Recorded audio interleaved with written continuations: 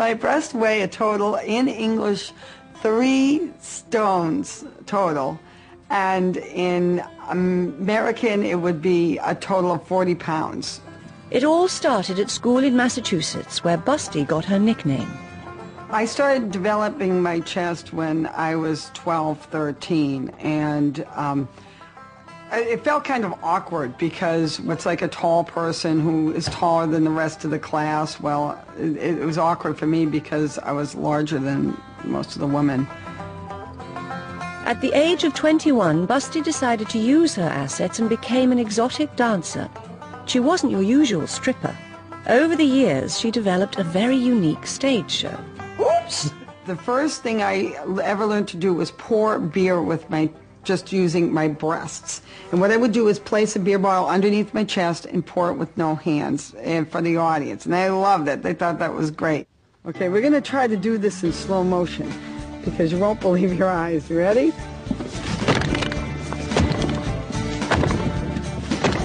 Oh, sorry, your hand, honey.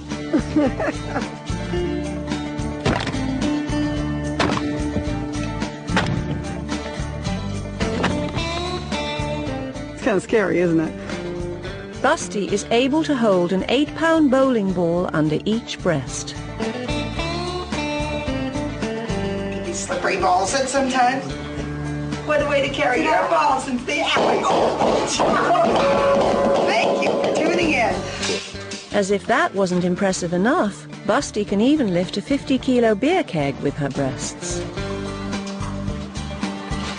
Remember, try this at home. Ta-da! Look, no hands.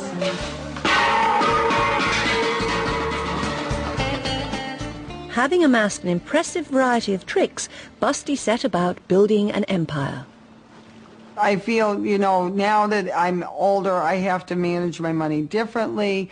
You know what I mean? This, eventually goes down to your knees. The gravity takes its toll, and unfortunately. So what I did was I purchased Busty Hart's place in Turtle Point, Pennsylvania. But before she could retire, things took a turn for the worse, and she was accused of killing a man.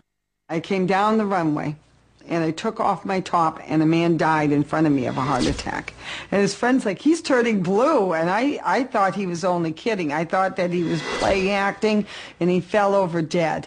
And this was awful because I had a crazy DJ, and he kept saying, oh, she's knocking him dead tonight, and I'm like, oh, wonderful.